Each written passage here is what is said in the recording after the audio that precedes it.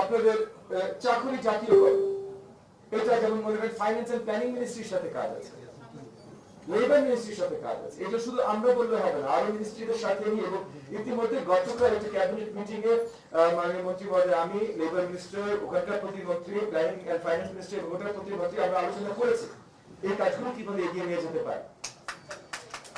মাননীয় মন্ত্রী, আমি জাস্ট একটু করি, স্যারে একটা অলরেডি হিসাব প্রস্তুত করছে, যদি আমাদের মানে ফাইন্যান্স কোন সেকশন কোন সেক্টর থেকে আসবে এবং কোন আপনারা যদি মাননীয় মন্ত্রী মহোদয় এবং আমার কাছে এগুলো পেশ করে, আমরা বৃহত্তর আলোচনা তখন এগুলো আমরা শুরু করবো। আমরা আমাদের মন্ত্রণালয়ের মাধ্যমে এটা ভেটিং করবো, চেক করবো, তারপর অন্য মন্ত্রণালয়গুলোর সাথে এই কাগজ নিয়ে বসা শুরু করবো। জি জি।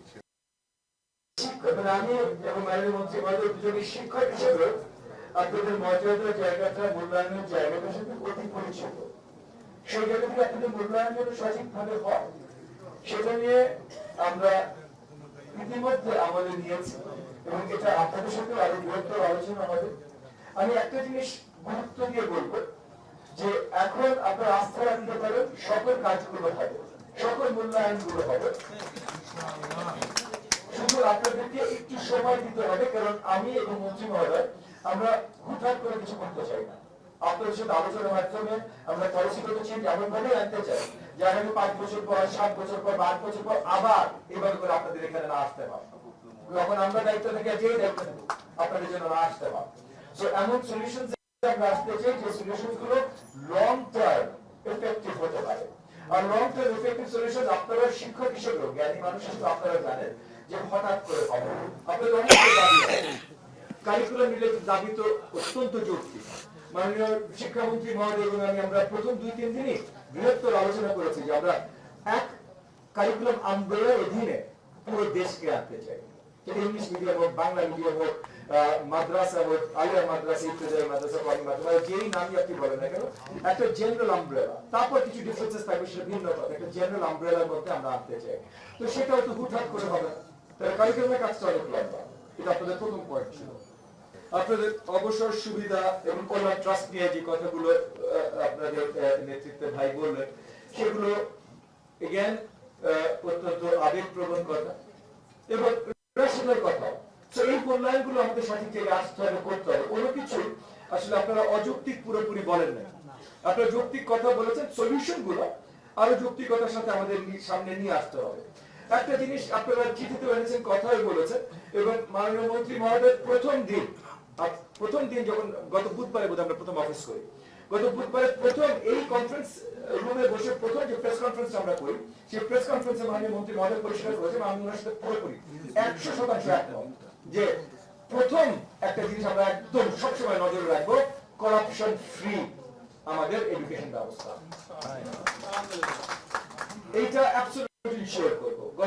এর আগে যখন 5 বছর এই মন্ত্রণালয়ের দায়িত্বে ছিলেন মিলন ভাই, উনি কোন ধরনের করাপশনের সাথে জড়িত হননি এবং আমাদের রাজনৈতিক শত্রুরা কখনো ওনার নামে করাপশন চার্জ দিতে পারেনি।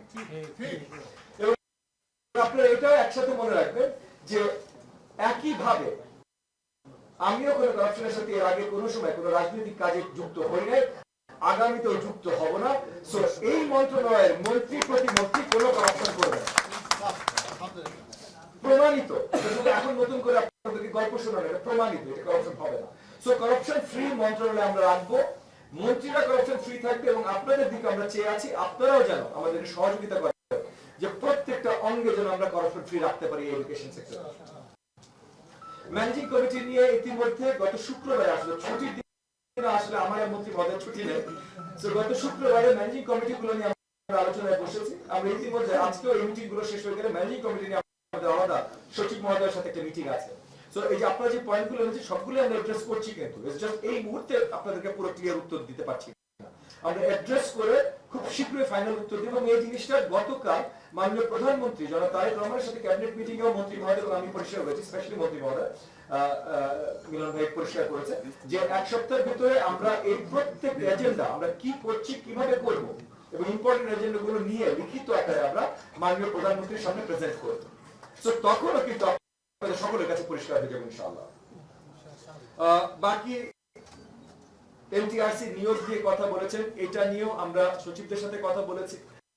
এবং এখানে আমাদের তিনটা ভিন্ন যে ডিভিশন আছে, মানে আমাদের মাদ্রাসা and vocational education, secondary and higher education আর প্রাইমারি এবং গণশিক্ষা, এই তিনটা রিলেটেডই টিচার ট্রেনিং এবং টিচার অ্যাক্রিডিটেশন এগুলো রিলেটেড আমরা বৃহত্তরভাবে কাজ করব। এই তিনটাও আমরা কিছু দূর সিমিলারিটি আনতে চাই। আমরা এক মন্ত্রণালয়ের অধীনে তিনটা পুরোপুরি ভিন্ন হতেই পারে, কিন্তু অ্যাটলিস্ট কাঠামোগতভাবে যেটা পুরোপুরি ভিন্ন না হয়, যে স্টুডেন্টদের জন্য যদি কারিকুলাম সিমিলার হয় তাহলে শিক্ষকদের জন্য সিমিলারিটি আমরা রাখবো। তো এরকম অনেক কিছু আছে যেগুলো আমরা করব, কিন্তু দুটো জিনিস গুরুত্বপূর্ণ। একটা প্রথমে একবার বললাম, মাননীয় মন্ত্রী স্যাটিসফাইড